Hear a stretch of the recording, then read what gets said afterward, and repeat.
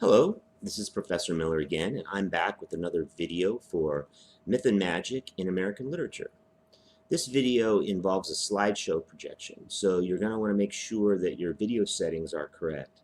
So right now, look at the screen where you're watching this, and look in the upper right corner. You'll see two arrows, one pointed left, one pointed right, like a kind of reverse symbol. If you click on that, it will reverse the settings so that the image of the screenshot is either occupying the whole screen or my face is occupying the whole screen. For this one, you want the image of the screenshot with the slideshow and my notes on the reading materials occupying the main screen, and you want my face in the lower corner. By the way, you can also adjust these using the buttons below that, which changes the sizes of the different screens. So if you wanted them to be a split screen, or if you wanted to make one of, like my picture, delete from the corner entirely, you can also do that by fiddling around with those buttons just below it. But the main thing is that you can see the slideshow behind my image. Okay? All right, well, let's get started. So this is an introduction to our first two authors in the course, Washington Irving and Nathaniel Hawthorne. Most of this was written by myself, but I did take some material from various online sources. Washington Irving was born in 1783 and died in 1859.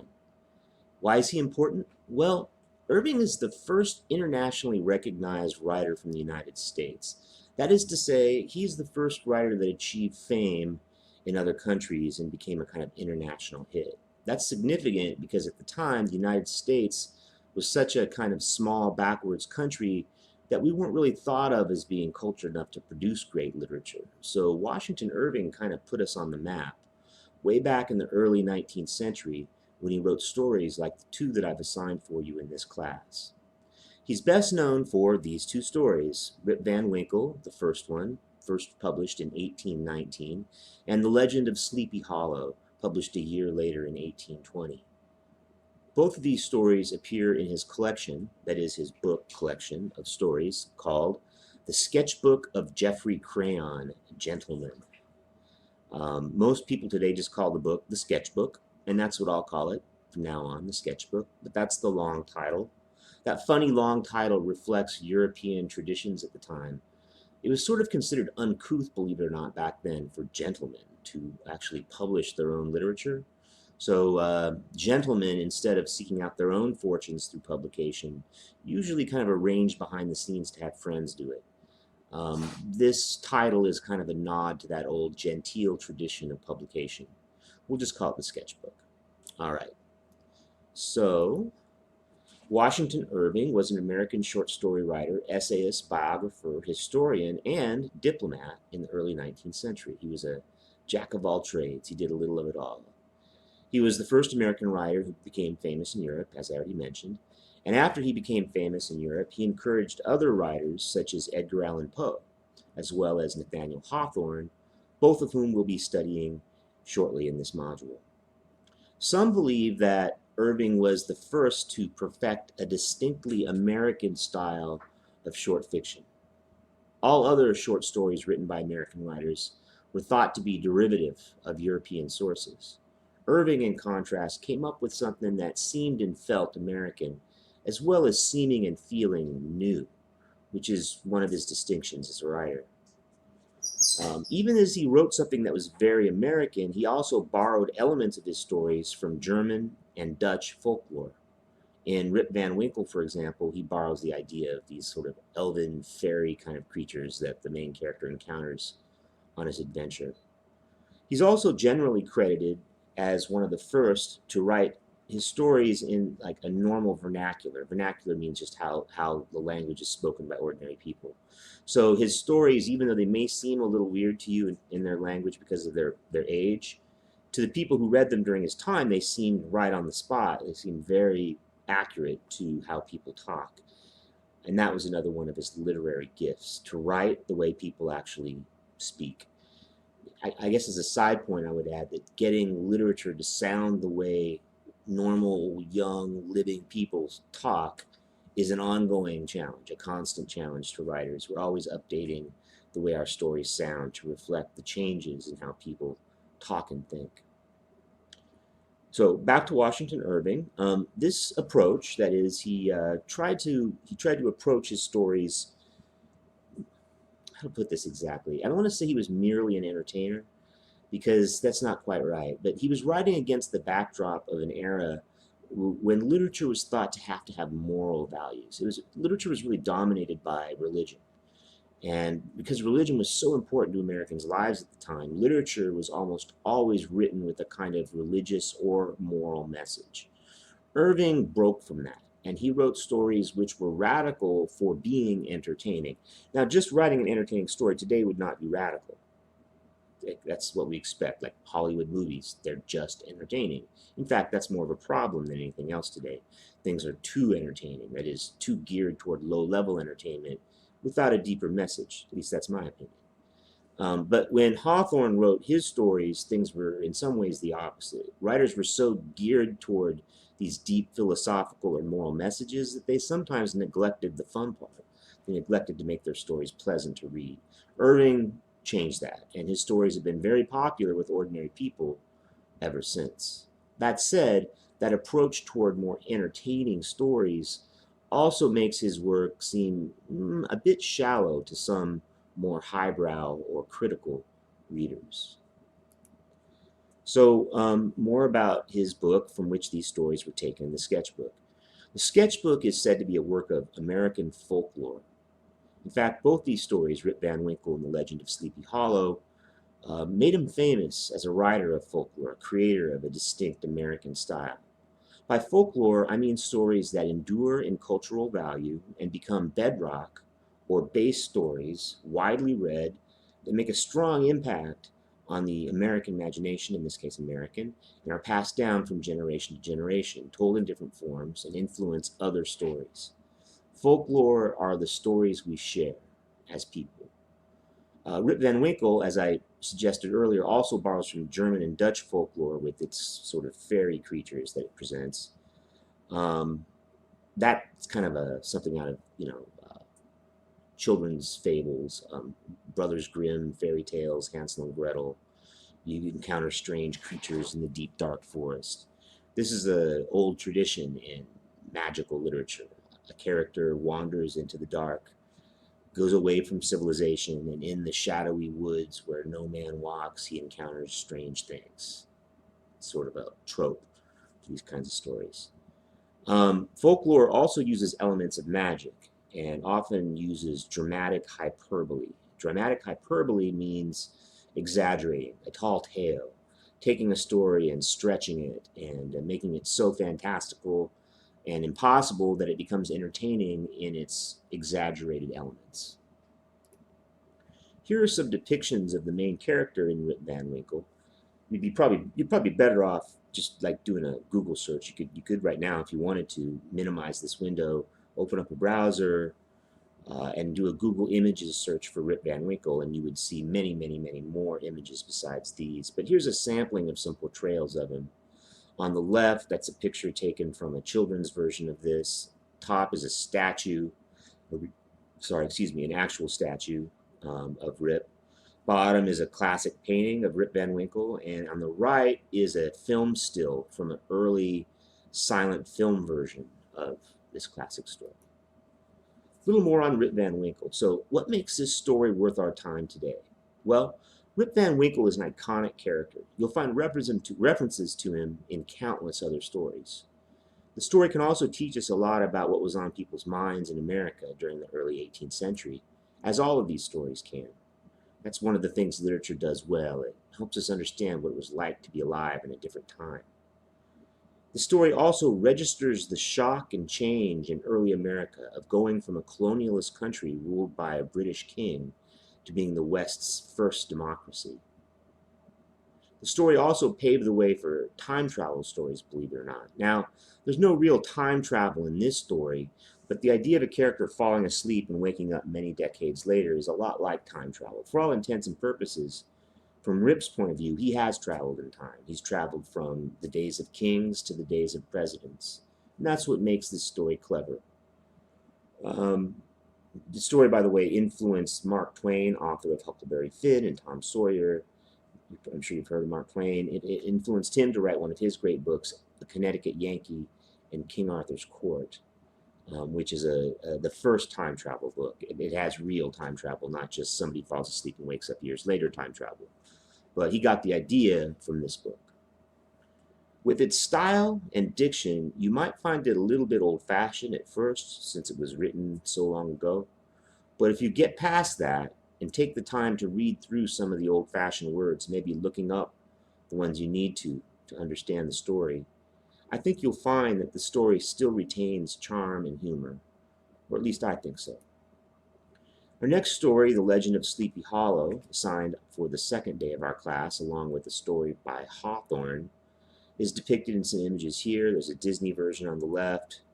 There's another children's book, this time a book rather than a cartoon version, on the bottom middle. There's a oil painting from the 19th century of it, top middle, and a postcard version showing him being chased by a ghost on the right. So the legend of Sleepy Hollow, also called the Headless Horseman, fits with an artistic tradition known as the Gothic.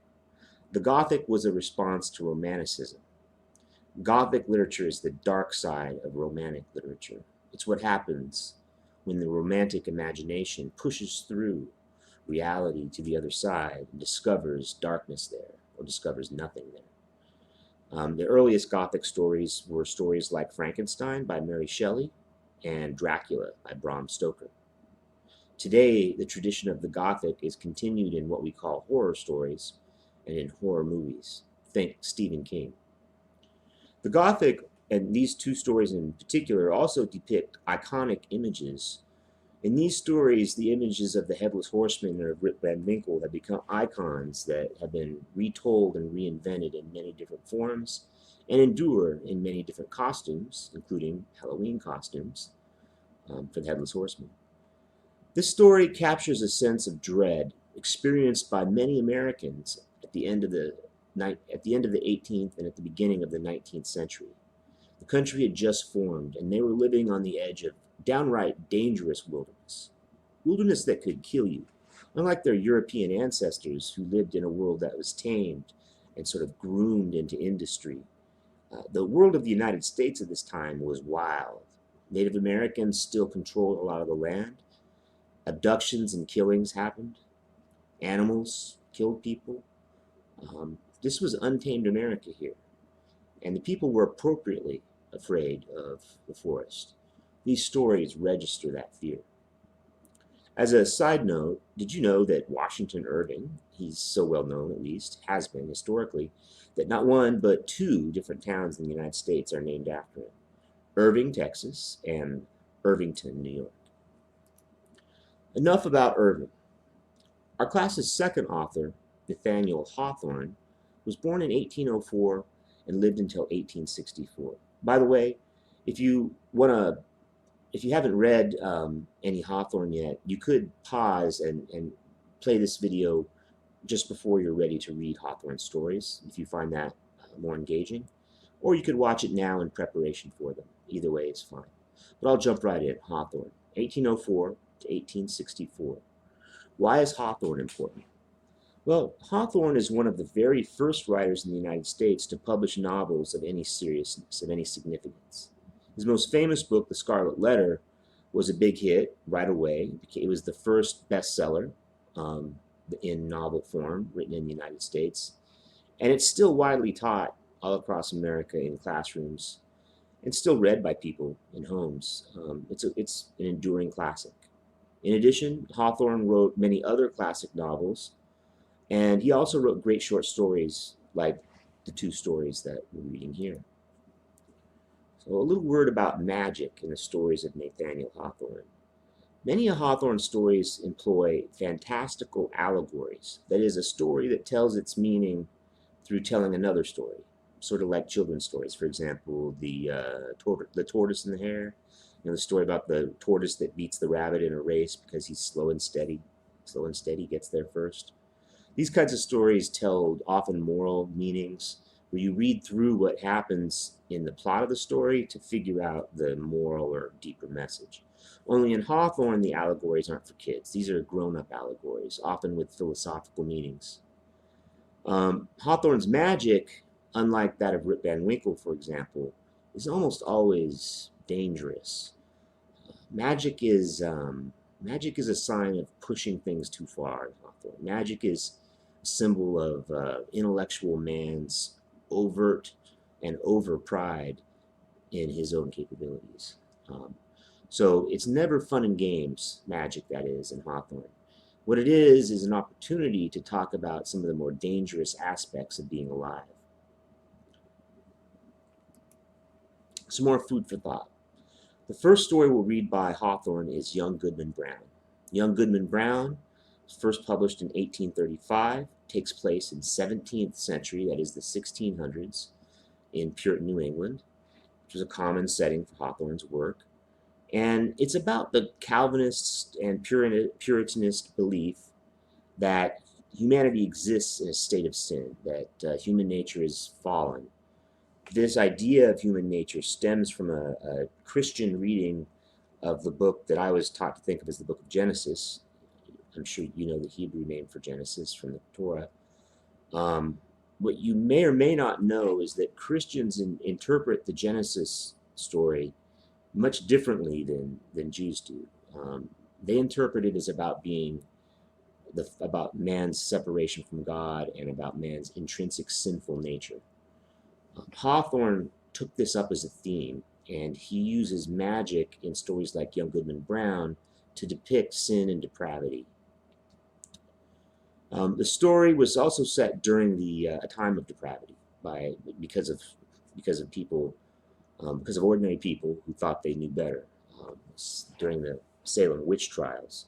In fact, one of Hawthorne's distant grandfathers was a judge during these Salem witch trials, and Hawthorne felt a great deal of guilt about being the descendant of this family member whose actions led to the deaths, really murders, of women who were charged as witches, almost always innocently, although it's true some women did identify as witches back then, but most were not. And this was a vindictive moment in colonial American history when one of his own ancestors took the side of evil and wound up killing people. It's thought that Hawthorne, the writer, tried to make up for his ancestors' evil doing through portraying this moment in American history through a lens darkly and revealing it for the evil affair that it was. The story begins in the dusk in a Salem village in Massachusetts, and young Goodman Brown, our hero, leaves his wife with the telling name Faith, his wife of 3 months, and soon to be mother, for an unknown errand in the forest. Just a little bit more, we're almost done with this here. I appreciate your time. Sticking with this will help you do better on the quiz and help you do better writing about these stories. You'll also have a better experience reading them. I'll just say a few more things. Young Goodman Brown, often characterized as an allegory. It's about evil and depravity, about those qualities in humans. And I want to mention that this pessimistic outlook on human nature comes from a certain philosopher named John Calvin, a Puritan philosopher who influenced early America greatly. A literary scholar named Walter Schurer has divided this story into 3 parts. In the first, Goodman Brown is shown at home in his village, integrated comfortably in society. In the second, it depicts an extended nightmare or dream state in which Hawthorne experiences fantastical horrors that shake him to his very soul. In the third part, he returns from society into his home, but he returns profoundly changed. And at the risk of giving away too much, I'll just say not for the better. In showing his downfall, the main character, that is, the story is a kind of cautionary tale designed to present a moral message and warning its readers to stay on the straight and narrow track and avoid frivolous adventures in the dark forest, that is, the dark forest of life, the place where evil things happen. That is, the place outside of our loved ones, outside of society. That's what this is a story about. There's at least 2 main Young Goodman Brown. In the first, Hawthorne criticizes Puritans for the folly of looking for evil where it isn't. In this version of the story, young Goodman Brown's outlook has been tainted by this dark illusion that he sees, but it's really just an illusion. It's not real. After all, it's the devil who says evil is the nature of humankind, so why should we believe him? That is in the story, that is. In the second interpretation, Goodman Brown learns the truth about the hypocritical nature of his fellow villagers. This is a more straightforward interpretation. From this point of view, the message of the story is that humankind is indeed evil. Now, some say that the story can be read either way, either as a message about evil is where you find it in one version, evil, that is where you look for it. If you set out thinking evil is out there, you're going to see it everywhere. You're going to even create fantasies about it. Version 1. Whether you believe version 1 or version 2, some people think the story can go either way because its ambiguity and dreamlike nature is meant to be read multiply. Others believe, and I fall into this camp, that the first of these two versions is more likely. I think this is true because we know that Hawthorne experienced a great deal of disdain for the Puritans' very strict, he would say overly strict, outlook on sin and wrongdoing. So, knowing what we know about Hawthorne, it seems more likely that interpretation 1 was what he had in mind. The fourth and last story that I'll talk about in this video is called Rappaccini's Daughter. It was published in 1844. It's also by Hawthorne. This story is set in Padua, Italy, in the distant and unspecified past, sometime during the time of kings and queens. The story is believed to have originated from an ancient Hindi tale about another young woman with a poisonous nature. It's interesting in that this story seems to have been one of the very first stories by an English language writer that finds its base in a Hindi tale. When I say Indian, I meant people from India. A section later in this class uses that word Indian differently to mean Native Americans, and we will be reading some Native American literature in this course.